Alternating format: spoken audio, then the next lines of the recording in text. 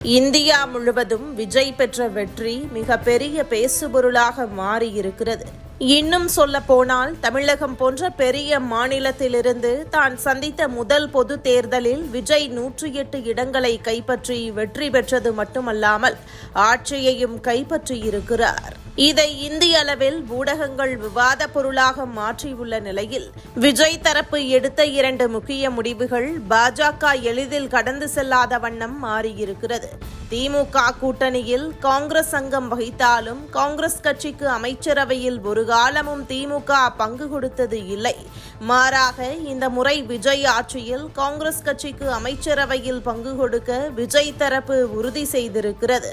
இந்த நிலையில்தான் மேற்கு வங்கத்தில் எவ்வாறு பாஜக தனித்து தேர்தலை சந்தித்து ஆட்சியை கைப்பற்றியிருக்கிறதோ அதேபோன்று பாஜக தமிழகத்தில் களத்தை தயார் செய்ய ஒரு வழியாக பாஜக மேலிட தலைமை இறங்கி வந்திருக்கிறது.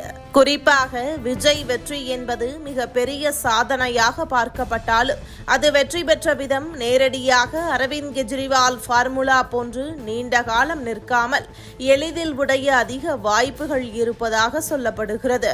மேற்கு வங்கத்தில் திரிணாமுல், பாஜக, இடதுசாரிகள், காங்கிரஸ் என 4 முனை போட்டி நடைபெற்றது. தற்போது அங்கு சுவேந்து அதிகாரிக்கு முதல்வர் வேட்பாளராக தனி சுதந்திரம் கொடுத்த நிலையில் இன்று வரலாற்றில் முதன்முறையாக ஆட்சியை கைப்பற்றியிருக்கிறது பாஜக.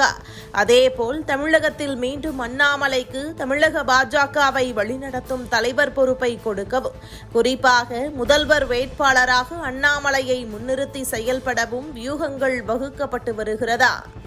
முழுக்க தமிழக பாஜக அண்ணாமலை கட்டுப்பாட்டில் சென்றால் விஜய் வெர்சஸ் அண்ணாமலை என களம் மாறும் எனவும் அப்போது விஜய்க்கு எதிரான மனநிலை கொண்ட வாக்குகள் பாஜக பக்கம் வரும் என்றும் இப்போது கணக்கிடப்பட்டு வருகிறதா?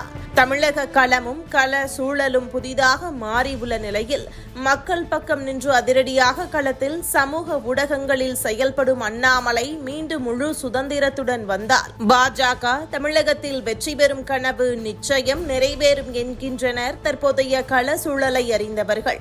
மொத்தத்தில் மேற்கு வங்கம் போன்று தமிழகத்திலும் பாஜக ஆட்சியை பிடிக்கும் காலம் வெகு தொலைவில் இல்லை என்பதை தற்போதைய நிகழ்வுகள் உறுதிப்படுத்தி இருக்கின்றன.